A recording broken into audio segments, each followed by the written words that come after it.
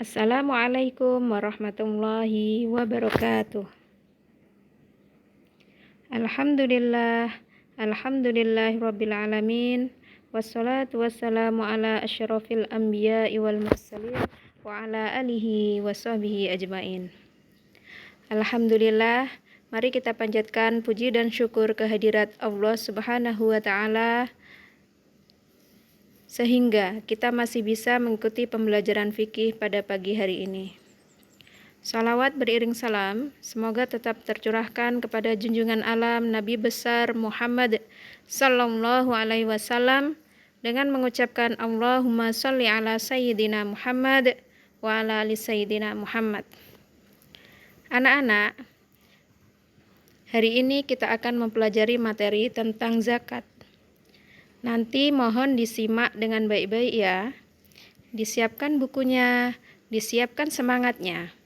Pokoknya jangan disambi dengan hal-hal yang lain. Cukup fokus untuk pelajaran pada pagi hari ini dulu, oke?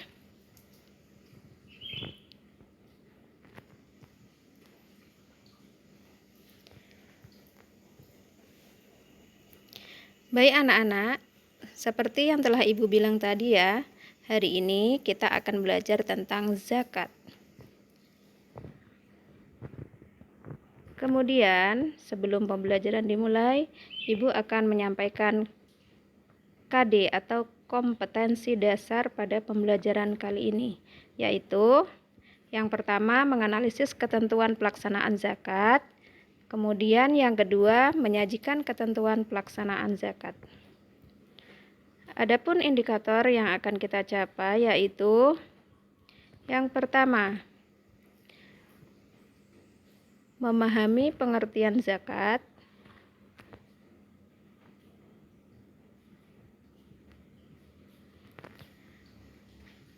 menyebutkan hukum dan dalil zakat, menjelaskan mustahik zakat, menentukan hikmah zakat. Kemudian tujuan pembelajaran yang akan dicapai yaitu kalian harus mampu memahami pengertian zakat, harus mampu menyebutkan hukum dan dalil zakat, kemudian mampu menjelaskan mustahik zakat, dan mampu menentukan hikmah zakat.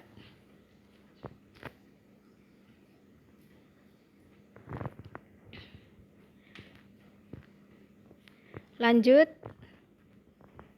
kita akan ke materi yang pertama, yaitu pengertian zakat. Bisa dilihat gambar apakah itu? Gambar 1 dan gambar 2 adalah menunjukkan aktivitas zakat.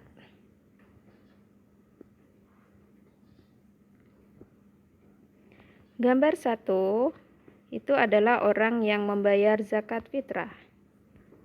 Kemudian gambar 2 itu adalah orang atau amil yang sedang mendistribusikan zakat.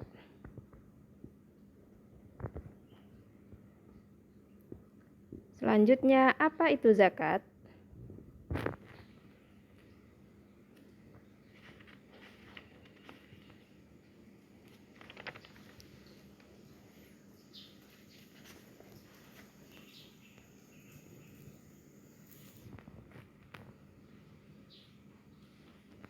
Pengertian zakat dibagi menjadi dua.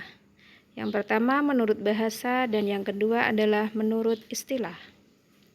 Zakat menurut bahasa artinya tumbuh, suci, atau berkembang. Kemudian menurut istilah, zakat adalah sejumlah harta yang diambil dari harta tertentu untuk diberikan kepada golongan tertentu.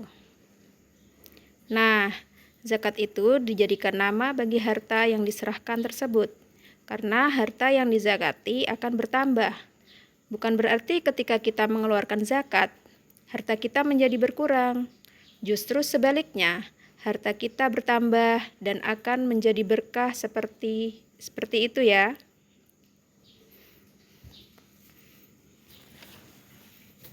Zakat merupakan salah satu dari 5 rukun Islam yang dalam Al-Quran sering disebut secara beriringan dengan perintah sholat.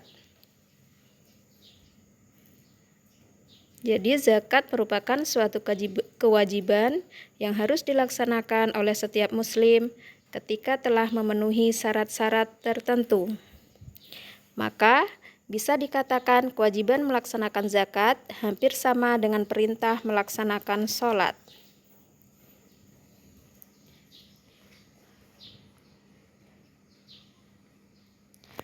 Selanjutnya, hukum dan dalil zakat. Menunaikan zakat hukumnya adalah wajib. Sebagaimana dijelaskan dalam surat At-Taubah ayat 103. Bismillahirrahmanirrahim. Khudz min amwalihim shadaqatan tutahhiruhum wa tuzakkihim biha. Artinya, ambillah zakat dari sebagian harta mereka. Dengan zakat tersebut, engkau membersihkan dan mensucikan mereka. Kemudian dijelaskan juga dalam Quran surat Al-Baqarah ayat 43. Bismillahirrahmanirrahim. Wa aqimus sholata wa atuz zakata warka'u ma'ar raki'in.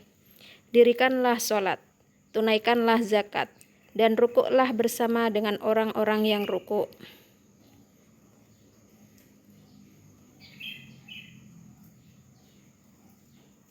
Dalam sabda Nabi dijelaskan dari Ibnu Umar radhiyallahu anhu bahwa Rasulullah Shallallahu alaihi wasallam bersabda, Rasulullah Shallallahu alaihi wasallam mewajibkan zakat fitrah sebesar 1 sa' kurma atau 1 sa' syair atas seorang hamba, orang merdeka, laki-laki dan perempuan, besar kecil dari orang-orang Islam, dan beliau memerintahkan agar dikeluarkan sebelum orang-orang keluar menunaikan.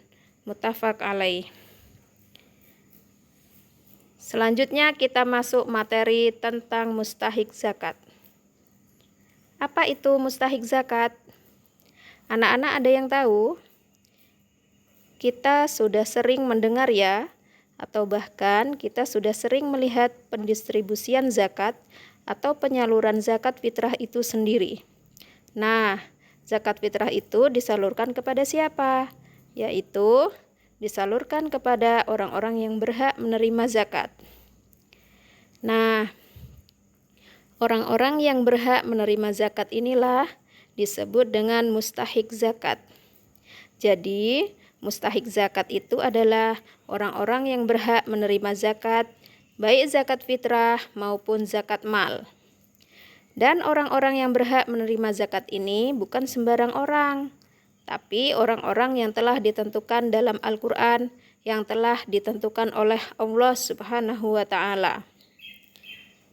Berdasarkan dalam Al-Quran, surat At-Taubah ayat 60 yang berbunyi, Bismillahirrahmanirrahim. Innamas shadaqatu lil fuqara'i wal masakini wal 'amilina 'alaiha wal mu'allafati qulubuhum wa fir riqabi wal gharimina wa fi sabilillahi wa ibnis sabil faridatan minallah wallahu alimun hakim.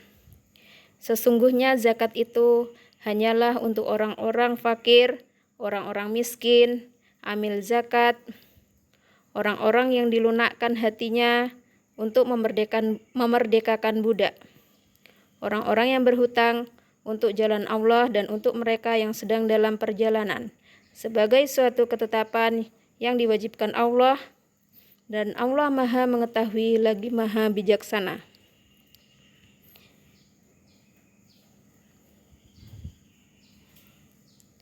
Berdasarkan ayat tersebut, ada 8 golongan yang berhak menerima zakat.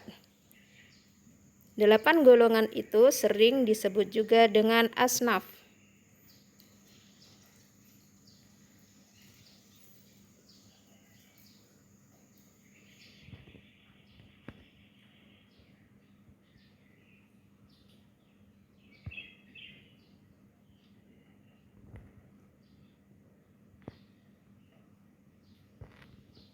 Yang pertama, fakir. Fakir yaitu orang yang tidak mampu memenuhi kebutuhan hidupnya, tidak memiliki harta, dan tidak mempunyai pekerjaan untuk menutupi kebutuhan dirinya. Sebagai perumpamaan, istilah fakir adalah apabila ada orang yang memiliki 10 kebutuhan, akan tetapi dia hanya mampu memenuhi 2 atau tidak mampu memenuhi sama sekali. Itu adalah seseorang yang disebut fakir. Kemudian yang nomor 2, miskin. Apa bedanya orang-orang miskin dengan orang-orang fakir? Jadi kalau orang miskin itu tingkatannya di atas fakir. Miskin yaitu orang yang tidak mampu memenuhi seluruh kebutuhan hidupnya. Sebagai perumpamaan,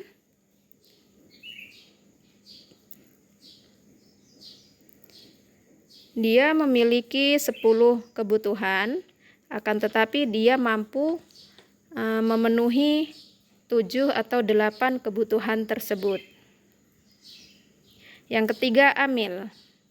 Amil adalah orang atau lembaga atau badan panitia yang diberi tugas untuk mengumpulkan zakat dan mendistribusikannya kepada yang berhak menerimanya. Nah, jadi amil zakat ini punya syarat-syaratnya loh kalau mau jadi amil zakat. Syarat yang pertama itu harus muslim, harus beragama Islam. Yang kedua balik. Yang ketiga berakal sehat. Yang keempat merdeka atau adil, jujur dan amanah. Kemudian yang terakhir memahami hukum dan ketentuan yang berkaitan dengan zakat. Nomor 4 yaitu mu'alaf. Mu'alaf adalah orang yang baru masuk Islam atau ada harapan untuk menjadi seorang muslim. Yang kelima, riqab. Riqab adalah budak belian yang diberi kebebasan usaha, mengumpulkan kekayaan agar ia dapat menebus dirinya untuk merdeka. Jadi, tidak semua budak berhak untuk diberikan zakat ya. Ini adalah budak belian yang diberi kebebasan untuk mengumpulkan harta. Jadi, ketika ada budak belian yang tidak diberi kebebasan untuk mengumpulkan harta, maka mereka tidak berhak menerima zakat. Selanjutnya adalah gharim. Gharim yaitu orang yang mempunyai banyak hutang dan tidak memiliki harta untuk melunasinya. Sabilillah. Sabilillah adalah seseorang atau sebuah lembaga yang memiliki kegiatan utama berjuang di jalan Allah dalam rangka menegakkan agama Islam. Yang terakhir adalah Ibnu Sabil. Ibnu Sabil adalah musafir yang sedang dalam perjalanan, namun perjalanannya itu tidak bertujuan untuk melakukan maksiat.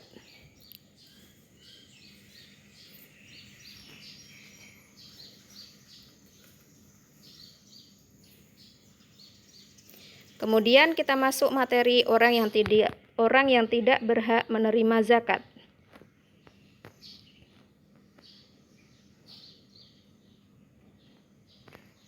Yang pertama, orang kaya. Orang kaya termasuk orang yang berkewajiban membayar zakat. Jadi tidak boleh menerima zakat ya. Tetapi ada orang kaya yang boleh menerima zakat apabila ia termasuk dalam daftar golongan penerima zakat seperti amil, mu'alaf, orang yang berperang, atau orang yang terlilit utang karena mendamaikan 2 orang yang sengketa, dan Ibnu Sabil yang memiliki harta di kampungnya. Yang nomor 2, keturunan Rasulullah Shallallahu Alaihi Wasallam. Yang ketiga yaitu orang non-muslim. Kemudian setiap orang yang wajib dinafkahi oleh muzaki atau wajib zakat. Dan yang terakhir adalah budak.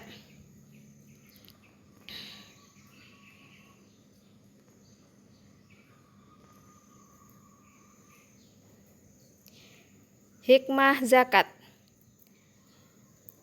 Anak-anak tahu apa itu hikmah ketika seseorang membayar zakat?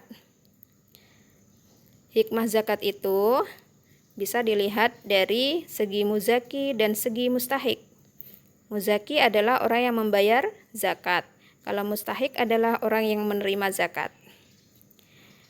Mari kita lihat hikmah zakat dari segi muzaki. Yang pertama, memperoleh ridho Allah Subhanahu wa taala. Yang kedua, memberikan harta dan hati. Yang ketiga, menunjukkan rasa syukur atas nikmat kekayaan yang diberikan Allah. Yang keempat, menumbuhkan sifat dermawan dan mengikis sifat kikir. Selanjutnya, hikmah zakat untuk mustahik yaitu mengurangi kemiskinan yang terdapat pada masyarakat, kemudian membentengi para mustahik dari sikap tercela seperti iri hati dan dengki. Baiklah anak-anak, sepertinya hanya itu materi kita pada pagi hari ini. Semoga bermanfaat dan jangan lupa dipelajari lagi, dipahami dan dibaca lagi materinya. Jazakumullahu khairan. Ibu Sudai. Wassalamualaikum warahmatullahi wabarakatuh.